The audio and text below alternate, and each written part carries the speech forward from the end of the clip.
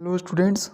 तो देखिए next and important question, प्रारूपण क्या है, इसकी विशेषताएं बताएं, जिसको इंग्लिश में ड्राफ्टिंग कहा जाता है।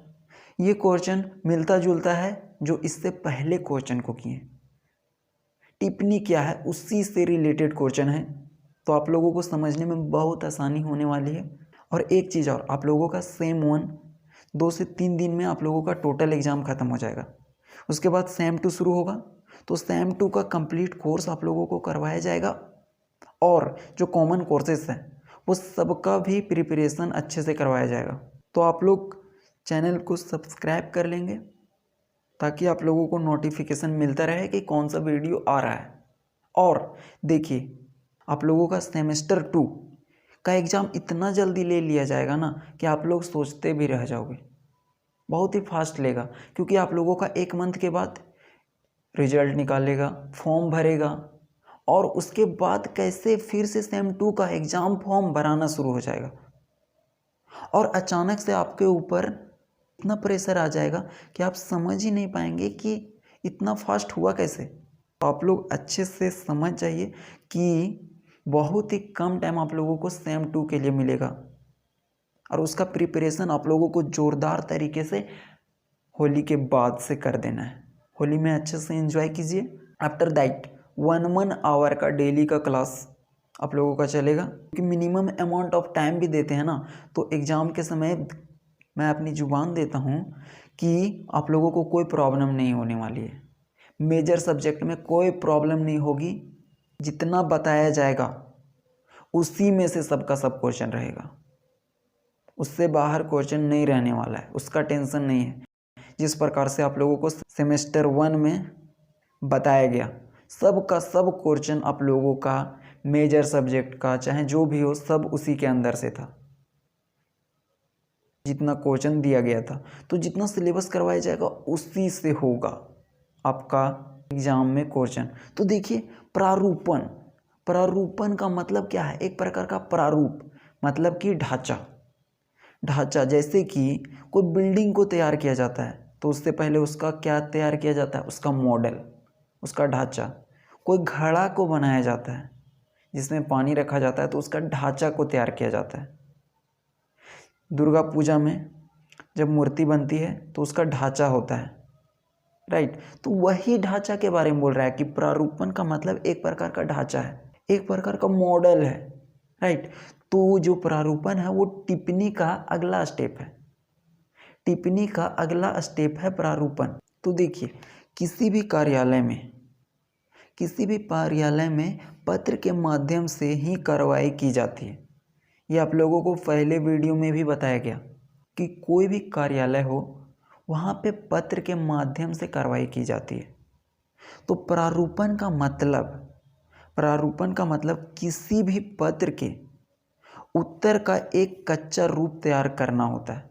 तो कोई भी पत्र है ना, उसके उत्तर का जो कच्चा रूप तैयार किया जाता है उसी को प्रारूपण कहते हैं।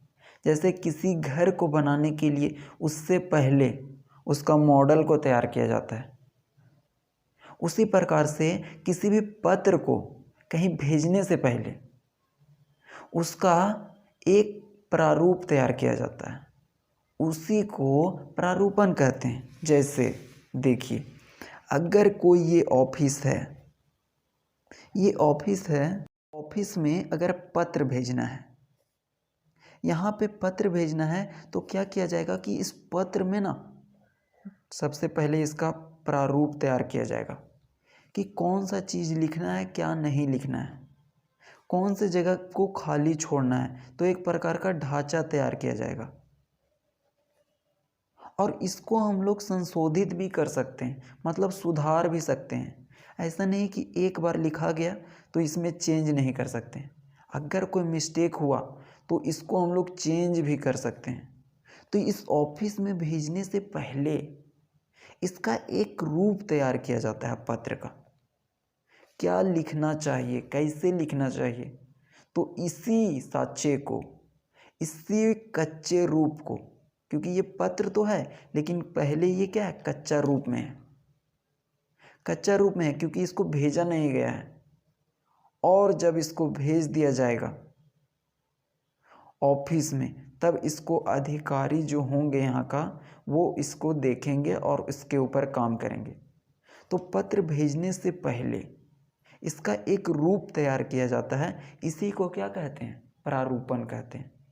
तो प्रारूपण एक प्रकार का पत्र लेखन ही है, लेकिन वो कच्चा रूप में होता है। जैसे अगर घर बनाना है तो इसका एक मॉडल बनता है, तो इसको हम कह सकते हैं कि ये इसका कच्चा रूप है। अभी घर नहीं बना है, सिर्फ बता दिया है मॉडल कि इस प्रकार से बनेगा। तो प्रारूपण भी पत्र का एक कच्चा रूप है। तो इसका डेफिनेशन सिंपल है कि प्रारूपण का मतलब किसी भी पत्र के उत्तर का एक कच्चा रूप तैयार करना, और इसमें संशोधन किया जा सकता है अगर कोई गलती होगा तो।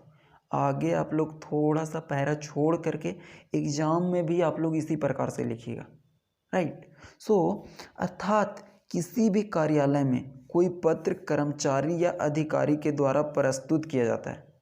कोई भी ऑफिस हो तो वहाँ पे काम करने वाले लोग वहाँ को पत्र देते हैं, वहाँ के जो अधिकारी होते हैं वो भी पत्र देते हैं, और वो बड़े अधिकारी को देते हैं, उनको प्रस्तुत करते हैं, तब उच्च अधिकारी के द्वारा सहमति लिया जाता है। अगर ये कर्मचारी और अधिकारी पत्र दिया उच्च अधिकारी को कि इनको छुट्टी लेना है, इनको 10 दिन का छुट्टी लेना है, तो उच्च अधिकारी के द्वारा सहमति लिया जाता है, राइट। तो अनुमति मिलने के पूर्व तैयार पत्र को प्रारूप मसौदा कहा जाता है। तो जो पत्र जो भेजा जाएगा अधिकारी के पास, पत्र भेजा जाएगा जो अधिकारी के पास, और जब तक उनको अनुमति नहीं मिलेगा, आदेश नहीं मिलेगा, तब तक उस पत्र को क्या कहा जाएगा? प्रारूप या फिर मसौदा, प्रारूप या फिर मसौदा। और जब ये अधिकारी जो है उच्च अधिकारी इन लोगों को छुट्टी दे देगा या उनको पत्र को अनुमति दे देगा, तो उसको कहा जाता है पत्र या फिर प्रारूपण पत्र। सिंपल सा कि अनुमति के बाद पत्र बन जाता है, लेकिन अनुमति नहीं मिलने से पहले वो मसौदा या फिर प्रारूप कहलाता है। तो हम लोग सिंपली देखें कि प्रारूप क्या है। इसका डेफिनेशन तो ये मेन है कि किसी भी पत्र के उत्तर का एक कच्चा रूप तैयार करना, दैट इज कॉल्ड प्रारूपण। अब देखिए कोई भी पत्र तैयार किया जाएगा, अगर ये पत्र को इस ऑफिस के पास भेजा जाता तो इस पत्र का जो रूपरेखा होगा, किस जगह पे क्या लिखना है, कहाँ पे दिनांक लिखना है, वो कैसे होगा उसको हम लोग देखेंगे। तो प्रारूपण की रूपरेखा देखिए, जो प्रारूपण है उसकी रूपरेखा क्या है। तो देखिए, पहला, प्रारूपण को विचार या निर्णय के आधार पर तैयार किया जाएगा। जब भी प्रारूपण तैयार किया जाएगा, और प्रारूपण का सिंपल सा मतलब है कि एक प्रकार का पत्र जो अपने कच्चे अवस्था में रहता है, अपने कच्चे अवस्था में रहता है, उसको अभी ऑफिस के अंदर नहीं भेजा गया है, कार्यालय में नहीं भेजा गया है, सिर्फ उसका रूप तैयार किया गया है, वही है प्रारूप। तो इसको बनाने से पहले ना निर्णय और विचार किया जाता है, निर्णय किया जाता है, विचार किया जाता है कि क्या लिखना है, कैसे लिखना है, राइट। दूसरा, विभिन्न विभागों की भाषा शैली पर मसौदा तैयार होगा। तो अलग अलग विभाग जो होंगे उनकी भाषा शैली का यूज करके मसौदा तैयार होगा, और मसौदा का मतलब प्रारूपण ही है, मसौदा का मतलब प्रारूपण ही होता है, तो डरना नहीं है ये सबसे। तीसरा देखिए, प्रारूप में संबंधित पूर्व पत्रों की संख्या और दिनांक का उल्लेख होगा। तो कितना संख्या है पत्र की उसको डिनोट किया जाएगा, और उसमें दिनांक मतलब डेट को डिनोट किया जाएगा। चौथा एंड लास्ट, ये क्या है? प्रारूपण की रूपरेखा। देखिए फोर्थ वन, ऊपर में जो भी प्रारूपण होगा उसके ऊपर में सरकार, विभाग, पत्र संख्या लिखना रहता है। मध्य में विषय वस्तु, किस टॉपिक पे आप लिख रहे हैं उस पत्र को, और दाईं ओर मतलब राइट साइड में प्रेषिती का नाम, पद, पता लिखा जाएगा। तो ये है रूपरेखा किसी भी प्रारूपण को तैयार करने का। अब देखिए प्रारूपण की विशेषता। प्रारूपण जो तैयार किया जाएगा उसकी क्या क्या विशेषता होगी, उसके अंदर क्या गुण होगा। तो सबसे पहला सत्यता, मतलब उसके अंदर सच्चाई होना चाहिए। तो प्रत्येक प्रारूपण में शुद्धता और वास्तविकता का होना आवश्यक है। शुद्धता भी होना चाहिए, जो देसी घी में होती है वो शुद्धता, और वास्तविकता भी होना चाहिए, मतलब कि गाय का घी होना चाहिए, ना कि भैंस का मिक्स। तो ये है सत्यता का मतलब कि प्रारूपण में शुद्धता और वास्तविकता का होना आवश्यक है। इसमें कल्पना का प्रवेश वर्जित है। कल्पना, इसमें कोई भी चीज़ बना करके लिखना नहीं है। यदि किसी प्रकार की छोटी सी भूल हो तो सरकार तथा कर्मचारियों को मुश्किल में डाल सकती है। अगर किसी प्रकार का उस प्रारूप में अगर मिस्टेक होगा ना तो सरकार को मुसीबत में डाल सकती है। क्योंकि अगर प्रारूपण अगर भेजा जाएगा तो कभी कभी देश के बीच में भी तो भेजा जाता है। अगर एक देश से दूसरे देश में भेजा जाएगा और कुछ फॉल्ट पाया गया तो देश की सरकार को भी मुश्किल का सामना करना पड़ेगा। तो ये पहला था, शुद्धता, शुद्ध होना चाहिए। प्रारूपण में शुद्धता आवश्यक होती है, और इसका मतलब यह हुआ कि प्रारूपण संबंधी सभी निर्देश, तारीख तथा कथन शुद्ध होने चाहिए।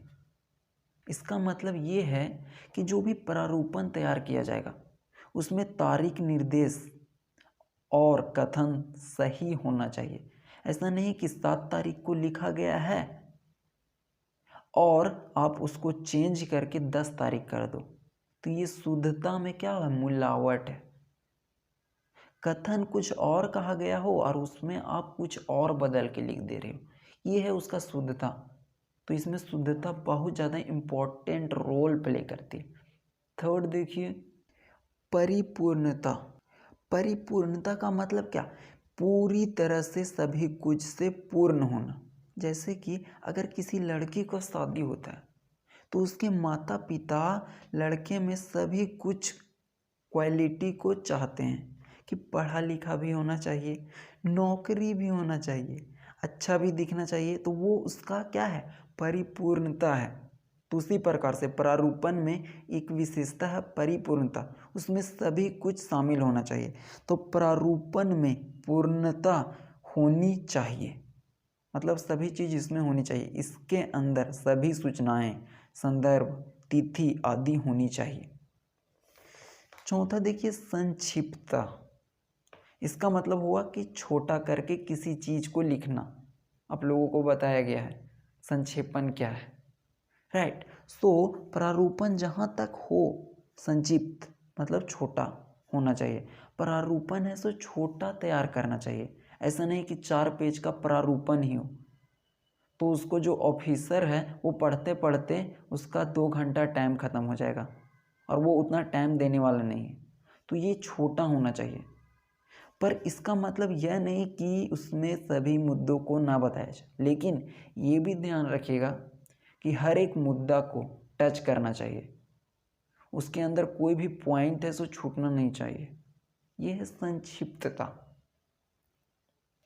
सेकेंड लास्ट देखिए, शिष्टता मतलब संस्कार। शिष्टता मतलब संस्कार, मतलब शिष्टाचार प्रारूपण की आवश्यक गुण है। ये इसका मोस्ट इम्पॉर्टेंट गुण है। सरकारी पत्रों में कभी कभी मानसिक उत्पीड़न वाले आदेश होते हैं। कभी कभी क्या होता है ना कि सरकारी कार्यालय में कुछ ऐसा आदेश दे दिया जाएगा कि दिमाग को हिला करके रख देगा, दिमाग बहुत टेंशन में आ जाएगा, वहाँ पे काम करने वाले लोग का दिमाग खराब हो जाता है। तो इसलिए ध्यान रखना चाहिए कि विषय कुछ भी हो, बातों को शिष्टता से कहा जाए। तो चाहे कुछ भी सिचुएशन आ जाए ना, आपको उस बात को शिष्टता के साथ कहना है, मतलब अच्छे संस्कार के साथ, अच्छे वर्ड्स के साथ कहना है, ताकि सामने वाले को लगे कि हाँ इसके अंदर कुछ ना कुछ दम है। छठा देखिए, भाषा शैली। भाषा शैली देखिए, प्रारूपण में स्पष्ट और संचय भाषा का प्रयोग करना चाहिए। तो जो भी प्रारूपण होगा उसकी भाषा शैली कैसी होनी चाहिए, तो संचय और स्पष्ट होनी चाहिए ताकि सभी लोग समझ सके। इसके सुधार के लिए जगह छोड़ी जाती है। आप लोगों को बताए थे कि इसको सुधारा जा सकता है, उसमें यदि कोई मिस्टेक किया गया है तो उसको सुधार सकते हैं, इसमें कोई दिक्कत वाली बात नहीं है। और उसके लिए जगह छोड़ दिया जाता है और अधिकारी को भेजा जाता है, राइट। तो ये थे 6 मोस्ट इम्पॉर्टेंट विशेषता ऑफ प्रारूपण। प्रारूपण की 6 विशेषताएं। आप लोगों का जो एग्ज़ाम है उसमें आप लोग ध्यान दीजिएगा, बहुत बार बताए हैं कि किसी भी क्वेश्चन का अगर आंसर देते हो तो उसको पॉइंट में देना इम्पॉर्टेंट है। आप जो कहानी लिख रहे हो वो तो ठीक है, लेकिन पॉइंट भी डिनोट होना चाहिए, राइट। और कॉपी को साफ साफ लिखिएगा। साफ साफ लिखने का मतलब है कि काट छाट ज़्यादा नहीं करना है, ज़्यादा कॉपी को सटा करके नहीं लिखना है, क्योंकि राइटिंग आपका कैसा भी हो आप उसको चेंज नहीं कर सकते हैं। लेकिन हाँ, एक चीज़ चेंज कर सकते हैं कि आप डिस्टेंस मेंटेन करके लिख सकते हैं, जहाँ पे स्पेस छोड़ने का मन हो वहाँ पे छोड़ सकते हैं, ताकि आपका जो देखने का कॉपी को नज़रिया हो वो बहुत अच्छा लगे। और कॉपी को तो पूरा अच्छे तरीके से लिख करके आना है। Thank you.